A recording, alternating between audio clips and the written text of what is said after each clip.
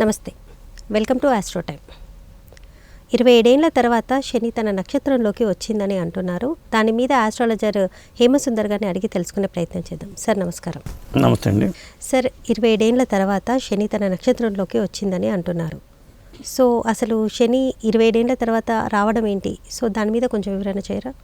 అంటే శని ఒక రాశిలో దాదాపు 2.5 సంవత్సరాలు ఉంటాడండి. ఓకే. అంటే మందుడు అంటారు కదా శనిని, మందగమనం అంటే చాలా స్లోగా నడుస్తూ ఉంటాడని. ఓకే. నవగ్రహాలు 9 గ్రహాలు ఉంటాయి. 9 గ్రహాలు కూడా ఎక్కువ నిదానంగా ఒక రాశిలో ఎక్కువ కాలం ఉండేది ఒక శని మాత్రమే. అంటే 30 సంవత్సరాలకే ఒక రాశి చక్రం పూర్తి చేస్తాడు. 12 మేషం నుంచి మీనం వరకు 30 ఏళ్ళు పడుతుంది. మరి మనకి షష్ఠి పూర్తి అంటాం కదా, షష్ఠి అంటే 60. 2 చక్రాలు 2 ఆవృతాలు అయిపోతే శనికి 60 ఏళ్ళు అవుతుంది. షష్ఠి పూర్తి అంటారు. తెలుగు సంవత్సరాలు 60 ఉండడానికి కారణం శని సంచారం 2 సార్లు పూర్తి అవడానికి కారణం. ఇవన్నీ కూడుకుంటే మనకి చాలా దగ్గర సంబంధాలు ఉంటాయి. ఓకే. సొంత నక్షత్రంలోకి ఎందుకు వచ్చాడు అనేది ఒక పాయింట్. ఇంకోటి ఏంటంటే 27 అది ఒక పర్టికులర్ నంబర్గా పెట్టారు కాబట్టి సో మధ్యలో రావడానికి ఛాన్సెస్ ఏమి ఉండవంటారు. అంటే తన సొంత 27 ఏళ్ళు పట్టిందంటే ఉత్తరాభాద్ర నక్షత్రంలోకి మన జనవరి 20వ తారీఖున 10:52 వచ్చాడు. అంటే పూర్వభాద్ర 4 పాదాలు పూర్తి చేసుకుని ఉత్తరాభాద్ర నక్షత్రంలోకి ఉదయం 10:52 వచ్చాడు. ఆ తర్వాత మే 17వ తారీఖు వరకు కూడా ఉత్తరాభాద్ర 4వ పాదంలోనే ఉంటాడు. దాదాపుగా 4-5 నెలల పాటు ఉన్నట్టు లెక్కగా వేసుకోవచ్చు మనం. ఓకే. కారణం ఏంటంటే అంటే రోజుల ప్రకారం వేసుకుంటే ఏంటంటే ఒక రాశి చక్రం చుట్టడానికి 30 సంవత్సరాలు పడుతుందని చెప్తున్నాం కదా. చక్రం మొత్తం ఒక రాశిలో 2.5 సంవత్సరాలు అని చెప్తున్నాం. అంటే 30 నెలల కాలం. 2 12 24, ఆ తర్వాత 6 సగం 2.5 సంవత్సరాలు. అంటే 30 నెలల కాలం పాటు ఒకే రాశిలో ఉంటాడు శని. ఏలినాడు శని అంటూ ఉంటాం మనం. ఏలినాడు శని మీనరాశి వాళ్ళకి ఏలినాడు శని నెత్తి మీద ఉంది. ఇప్పుడు ఏలినాడు శని మీనరాశిలో ఉన్నా కానీ మీనరాశిలో ఉత్తరాభాద్ర నక్షత్రం వాళ్ళకి కొంత మేలు చేస్తాడు అనుకోవచ్చు. ఎందుకంటే ఉత్తరాభాద్ర సొంత నక్షత్రం కాబట్టి సొంత నక్షత్రంలోకి వచ్చాడు శని. ఓకే. కాబట్టి ఈ సొంత నక్షత్రంలో ఉత్తరాభాద్ర 4వ పాదం వరకు ఉండడానికి మనకి మే 17 వరకు పడుతుంది. అలా అంటే 27 ఏళ్ళు క్రితం వచ్చాడు. అట్లా అంటే 30 సంవత్సరాలు పడుతుంది కదా చక్రం చుట్టాలంటే. మళ్ళీ శని మేషంలోంచి వృషభానికి, మిథునానికి, కర్కాటకానికి, సింహానికి ఇట్లా తిరుగుతూ రావాలి. ఉత్తరాభాద్ర నక్షత్రంలోకి రావాలంటే ఉత్తరాభాద్ర నక్షత్రం ఒక మీనరాశిలో ఉంటుంది. ఉత్తరాభాద్ర మొదటి పాదంలోకి రావాలి అంటే 27 ఏళ్ళు పడుతుంది. అంటే ఈ రాశులన్నీ తిరుగుకుంటూ వచ్చేసరికి ఉత్తరాపాదం మీనరాశి, ఉత్తరాభాద్ర సొంత నక్షత్రం అంటారు. శనికి సొంత నక్షత్రాలు 3 నక్షత్రాలు ఉంటాయి. 1 ఉత్తరాభాద్ర, 2 పుష్యమి, 3 అనురాధ. అంటే మీనరాశి వాళ్ళు, కర్కాటక రాశి వాళ్ళు, వృశ్చిక రాశి వాళ్ళు ఆ రాశుల్లోనే ఉంటాయి ఈ నక్షత్రాలు. కాబట్టి అలా వేస్తూ ఉంటాం మనం. కాబట్టి 27 ఏళ్ళు పట్టడానికి ప్రధాన కారణం ఉత్తరాభాద్ర నక్షత్రంలో రావడానికి. అంటే మళ్ళీ పుష్యమి నక్షత్రంకి వచ్చేయడానికి ఉండి అప్పుడు మళ్ళీ లెక్కేస్తాం. అట్లా పుష్యమి నక్షత్రం మళ్ళీ సొంత నక్షత్రమే కదా. ఇప్పుడు ఏంటంటే సొంత నక్షత్రంలోకి వచ్చాడు కాబట్టి ఏ రాశులకు ఎలా ఉంటుంది ఇట్లా అడుగుతూ ఉంటారు అన్నమాట. కాబట్టి చెప్పాలంటే నిన్ననే వచ్చాడు. మే 17వ తారీఖు వరకు కూడా ఉత్తరాభాద్ర 4వ పాదంలోనే ఉంటాడు. సార్, మరి ఏ రాశులకి ఇప్పుడు శని తన నక్షత్రంలోకి రావడం వల్ల ఏ రాశులకి బాగుంటుంది? మీకు 12 రాశులు చెప్తాను నేను. దానికి చెప్పే ముందు ఏంటంటే శనికి సంబంధించిన మిత్రగ్రహాలు ఏంటి, శత్రుగ్రహాలు ఏంటి, సమగ్రహాలు ఏంటి అని తెలుసుకోవడం మంచిది. ఓకే. ఎందుకంటే సాధారణంగా శనికి మిత్రులు, ముఖ్యంగా మిత్రులు శత్రువులు అనే గ్రహాలు ఉంటాయి. ప్రతి గ్రహానికి కూడా మిత్ర శత్రుత్వాలు ఉంటాయి, సమగ్రహాలు ఉంటాయి. అంటే గురువు ఏంటంటే సముడిగా చెప్తూ ఉంటాం కాబట్టి గురువుని మనం పక్కన పెడదాం. ఇక మిత్రగ్రహాలు చూసుకుంటే ఇక శుక్రుడు, బుధుడు మిత్రగ్రహాలు అని చెప్పొచ్చు. ఎందుకంటే శుక్రరాశులు కానీ శుక్రరాశుల వాళ్ళకి శని యోగిస్తాడు. ప్రధాన కారణం అదే, మిత్రుడు కావటం వల్ల వృషభ రాశి వాళ్ళకి కానీ తులారాశి వాళ్ళకి కానీ శని యోగిస్తాడని చెప్పొచ్చు. అలాగే శుక్రుడికి బుధుడు మిత్రుడే కాబట్టి బుధుడు మిత్రుడికి మిత్రుడే అవుతాడు. కాబట్టి బుధుడు కూడా శనికి మిత్రగ్రహంగా చెప్పొచ్చు. ఇక మిత్రులను పక్కనకి పెడితే శత్రుగ్రహాలు ఉంటాయి. సాధారణంగా తల్లికి ఎవరు శత్రువులు ఉంటారు. చంద్రుడు అంటే మాతృకారకుడు అంటాం. తల్లికి ఎవరో శత్రువులు ఉంటారు. కానీ శనికి మాత్రం తల్లిని శత్రువుగానే చూస్తారు. ఎందుకంటే తండ్రి శత్రువు అయినప్పుడు రవికి కొడుకు శనిగ్రహంగా చెప్తూ ఉంటాం. కాబట్టి ఇద్దరు బద్ధ శత్రువులు. రవికిను శనికి పడదు. మరి మాతృకారకుడు చంద్రుడు కాబట్టి చంద్రుడు కూడా శత్రువే. శని ఏం చేస్తాడు, చంద్రుడిని కూడా శత్రువులాగానే చూస్తాడు. చంద్రుడికి అందరూ మిత్రులే, అందరూ తన బిడ్డలే కాబట్టి చంద్రుడికి శత్రువులు ఎవరు లేరు. కానీ శనికి మాత్రం చంద్రుడి శత్రువే. ఇలా చూడాల్సి వస్తుంది. ఇక చూసుకుంటే కుజుడు కూడా, మంగళుడు శని గ్రహంతో పాటు జాతచక్రం ఎవరికైనా కుజుడు ఉన్నాడంటే శనిని కర్మకారకుడికి చెప్తూ ఉంటాం కాబట్టి వృత్తిపరమైన శత్రువులు పక్కనే ఉంటారు. మన ప్రొఫెషన్లో ఉన్నప్పుడు శనిగ్రహం కుజగ్రహం కలిసి ఉన్న వాళ్ళకి పక్క వాళ్ళతో పడదు, వాళ్ళే ఎత్త పెడుతూ ఉంటారు. ఉద్యోగంలో కానీ ఇతర వ్యవహారాల్లో కానీ వ్యాపారంలో భాగస్వామ్యం ఉన్నా కానీ వాళ్ళకి చాలా తేడాలు వస్తూ ఉంటాయి. శనికి కుజుడు కలిసి ఉంటే జాత చక్రంలో ఈ 12 రాసులు ఏ రాశిలో అయినా సరే శనికి కుజుడు కలిసి ఉంటే మాత్రం ఇలాంటి కాంబినేషన్స్ ఉంటూ ఉంటాయి. సార్ మరి మేషరాశి వాళ్ళకి ఎలా ఉంటుంది సార్ ఇప్పుడు? అంటే మేషరాశి వాళ్ళకి ఏంటంటే ఏలినాటి శని నడుస్తుంది ఆల్రెడీ. పైగా మరి శనికి మీనం నుంచి చూసుకుంటే 2వ స్థానం అవుతుంది కాబట్టి మరి వీళ్ళకి చూసుకుంటే ఏంటంటే ఫైనాన్షియల్గా కొంత ఇబ్బందులు అనేవి వీళ్ళకి ఉంటూ ఉంటాయి. కొంత మళ్ళీ పనిలో వీళ్ళ బాధ్యతలు కూడా పెరుగుతూ ఉంటాయి. తర్వాత ఏంటంటే తొందరపాటు నిర్ణయాలు తీసుకోవడం అనేది మేషరాశి వాళ్ళు చేయకుండా ఉండటం బెటరు. మరి తర్వాత ఇంకోటి ఏంటంటే అంటే ఏప్రిల్ తర్వాత కొంత మంచి ఫలితాలు వీళ్ళకి ఉండడానికి అయితే అవకాశం ఉంటుంది. తర్వాత ఆరోగ్యపరంగా నరాల సంబంధమైన వ్యాధుల పరంగాను కుటుంబ పరంగా కొన్ని కలతలు రావడానికి అపోహలు అపనిందలు రావడానికి అవకాశాలు మేషరాశి వాళ్ళకి ఎక్కువగా ఉంటాయి. పైగా సొంత నక్షత్రంలో ఉంటే ఏలినాటి శని కూడా ఆ గ్రహాలు తన సొంత నక్షత్రాలు లేవు కదా, మేషరాశిలో లేవు కాబట్టి పైగా కుజ నక్షత్రాలు అవి తన శత్రువుకు సంబంధించిన రాశి కుజుడు శత్రువు అంటాం కాబట్టి మేషరాశి వాళ్ళకి కొంత ఇబ్బందులు అయితే ఉంటాయని చెప్పొచ్చు. ముఖ్యంగా ఫైనాన్షియల్గా కొంత ఇబ్బందులు అయితే ఉంటాయని చెప్పొచ్చు. సార్ మరి వృషభ రాశికి అంటే వృషభ రాశికి శుక్రుడు అంటే మనం మిత్రుడు అన్నాం. మిత్రుడికి ఎప్పుడు ఆ నక్షత్రాలు కూడా దాంట్లో ఉండే నక్షత్రాలు కూడా మిత్రులుగానే భావించాలి కాబట్టి వీళ్ళకి చాలా వరకు మేలు జరిగే అవకాశం ఉంటుంది. పైగా శని నుంచి 3వ రాశి అవుతుంది కాబట్టి వీళ్ళకి చాలా మేలు చేకూరే అవకాశం ఉంటుంది. ఉత్తరాభాద్ర నక్షత్రంలో శని ఉన్నంతకాలం కూడా వీళ్ళకి ఇంకా మేలు ఎక్కువ చేకూరుతుందని చెప్పొచ్చు. ఫైనాన్షియల్గా కానీ వీళ్ళకి లాభాలు ఎక్కువగా ఉంటాయి. ఉద్యోగంలో స్టెబిలిటీ ఏర్పడుతుంది.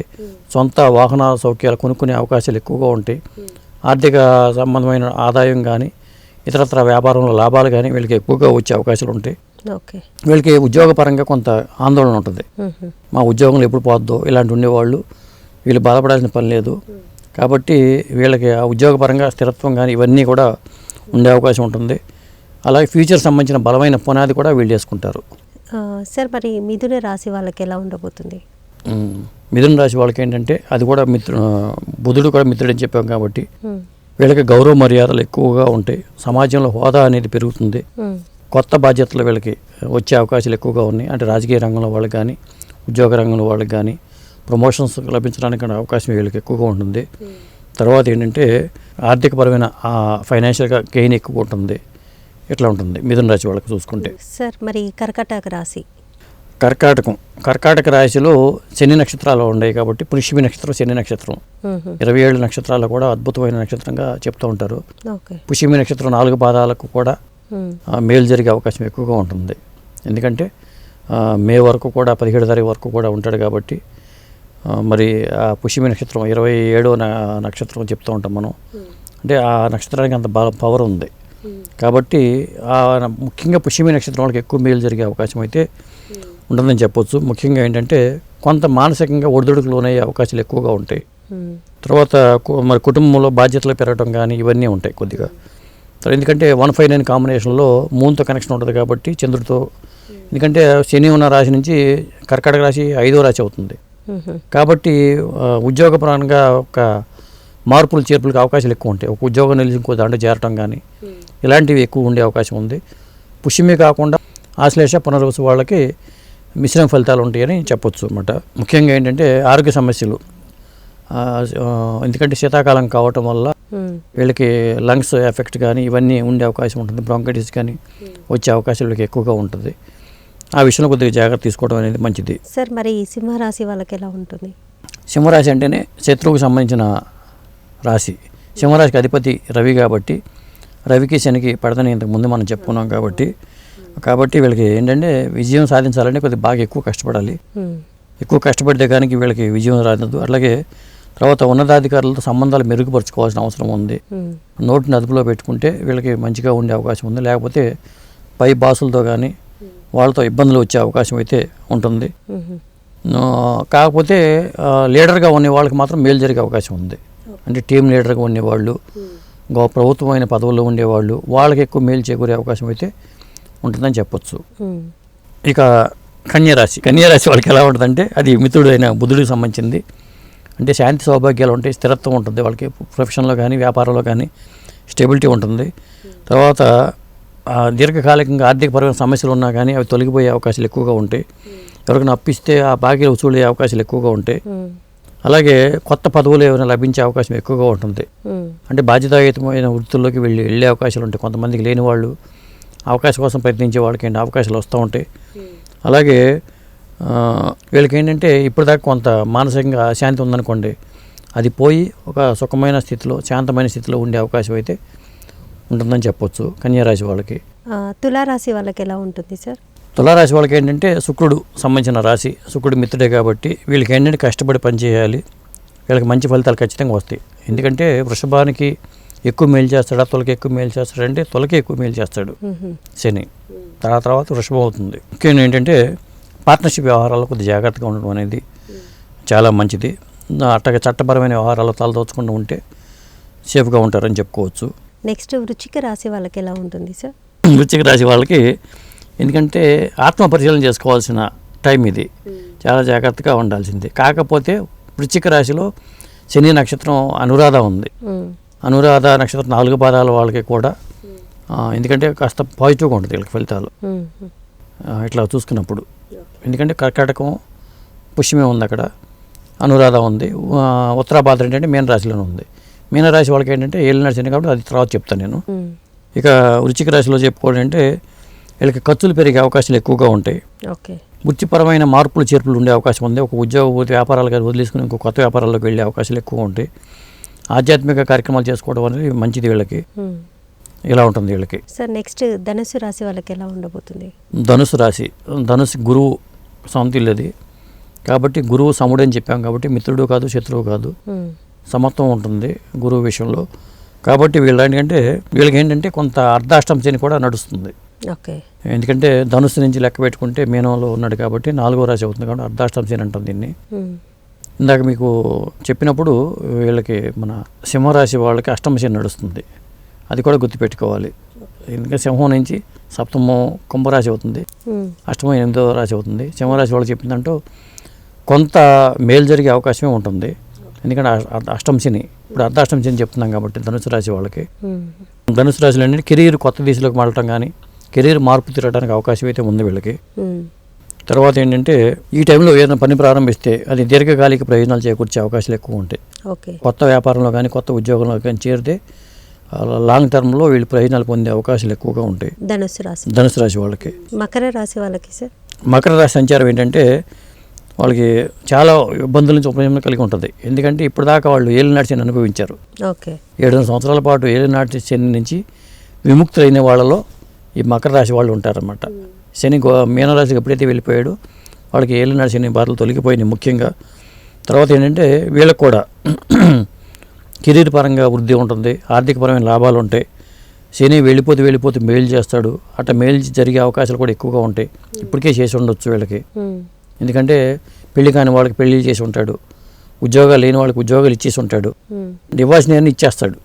కర్మ ఫలితాలు అనుభవం చేయడానికి ఏలినాటి శని వస్తుంది కదా, తను ఏమైతే ఇవ్వలేదనుకుంటాడో అవన్నీ వెళ్ళిపోయే టైంలో ఇచ్చేస్తాడు సాధారణంగా. కాబట్టి ఆ బాకీలన్నీ ఇచ్చేసి సేఫ్గా ఇంకొక రాశిలోకి వెళ్ళిపోతాడు అనమాట. అట్లా ఉంటుంది వీళ్ళకి. తర్వాత సమాజంలో పేరు ప్రతిష్టలు పెరుగుతాయి ఈ మకర రాశి వాళ్ళకి. సార్ మరి కుంభరాశి వాళ్ళకి ఎలా ఉండబోతుంది? అంటే వీళ్ళకి కష్టానికి తగిన ఫలితం అయితే వస్తుంది. అయితే ఏలినాటి శని ఇంకా వీళ్ళకి నడుస్తూనే ఉంది. ఇంకా 2 years పాటు వీళ్ళు ఏలినాటి శని బాధలను కొంత అనుభవించాల్సిన పరిస్థితే ఉంటుంది. కాకపోతే శని సొంత ఇల్లు మకరం కానీ కుంభం కానీ సొంత రాశులు, తన సొంత నక్షత్రాలు. ఇప్పుడు మీ సొంత పిల్లలు మీరు ఎంత చూసుకుంటారు, అలా మీ సొంత ఇంటిని ఎంతగా చూసుకుంటారు, ఆ ప్రయారిటీ ఎప్పుడు ఉంటుంది. అంటే రాశిలో కూడా స్వార్థం ఉందండి. మరి అంటేగా గ్రహాలకు కూడా స్వార్థం ఉంటుంది. తన సొంత ఇల్లు, తన సొంత నక్షత్రం, అది వాడికి ఇచ్చే ప్రయారిటీ ఎప్పుడు ఉంటుంది. కాబట్టి కుంభరాశి కూడా సొంత ఇల్లే కాబట్టి ఆ సొంత వాళ్ళ బిడ్డల్ని తన బిడ్డలాగా చూసుకుంటాడు. కాబట్టి అంతగా ఆందోళన పడాల్సిన అవసరం లేదు. ఏలినాటి శని ఏంటంటే కర్మ ఫలితాలు వస్తుంది, ఇవ్వాల్సినవన్నీ ఇచ్చేసి వెళ్ళిపోతాడు వీళ్ళకి. ఈ 2 yearsలో ఇవ్వాల్సిన ఏమైనా ఉంటే ఇచ్చేస్తాడు. వీళ్ళు చేసిన పాపాలు ఏమైనా ఉంటే వాటికి సంబంధించిన ఫలితాలు మాత్రం అక్కడ మాత్రం చాలా జాగ్రత్తగా వ్యవహరిస్తాడు.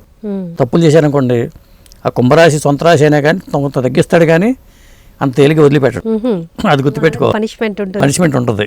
అది ముఖ్యంగా కుంభరాశి వాళ్ళు ఏంటంటే ఎముకలు కీళ్ల పట్ల జాగ్రత్త వహించాలి. ఎముకల వ్యాధులు, కీళ్ల వ్యాధులు, కీళ్ళ నొప్పులు నరాల కారకుడు కాబట్టి ఓకే ఆ పాదాల మీద ఉన్నాడు కాబట్టి ఇక్కడ చెప్పాలంటే అది జాగ్రత్త పడాలి కొద్దిగా. సార్ చివరిగా మీనరాశి వాళ్ళకి ఎలా ఉండబోతుంది? మీనరాశి తనకి గురువు సొంత ఇల్లు, గురువు ఇంట్లో ఉన్నాడు. గురువు ఈ రాశిలోనే ఉత్తరాభాద్ర నక్షత్ర జాతకులు కొద్దిగా సేఫ్గా ఉండొచ్చు. సొంత నక్షత్రంలోకి వచ్చాడు కదా, ఉత్తరాభాద్రలోకి వచ్చాడు. ఈ రాశి మీనరాశికి చెందిన ఉత్తరాభాద్ర నక్షత్ర జాతకులు ఎవరైతే ఉన్నారో వాళ్ళకు కొంత చాలా అనుకూలంగా ఉండే అవకాశం అయితే ప్రధానంగా ఉంటుందని చెప్పొచ్చు. ఆ తర్వాత ఏంటంటే వీళ్ళలో ఆత్మవిశ్వాసం పెరుగుతుంది, ఆధ్యాత్మికంగా కొద్దిగా ముందంజ వేస్తారని చెప్పొచ్చు. గురువు సంబంధించిన రాశి కాబట్టి ఇది.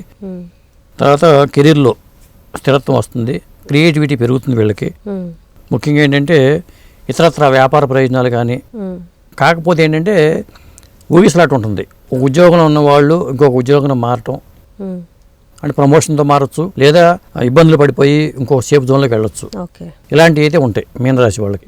అలా 12 రాశులకి ఈ తరహా ఫలితాలను అయితే ఈ శని గోచారం ఇస్తుందని చెప్పొచ్చు. ముఖ్యంగా ఉత్తరాభాద్ర నక్షత్రంలో శని వచ్చాడు కాబట్టి 27 సంవత్సరాల క్రితం వచ్చాడు, మళ్ళీ ఇప్పుడు వచ్చాడు కాబట్టి ఈ ఫలితాలు ఎలా ఉంటాయని చెప్పొచ్చు.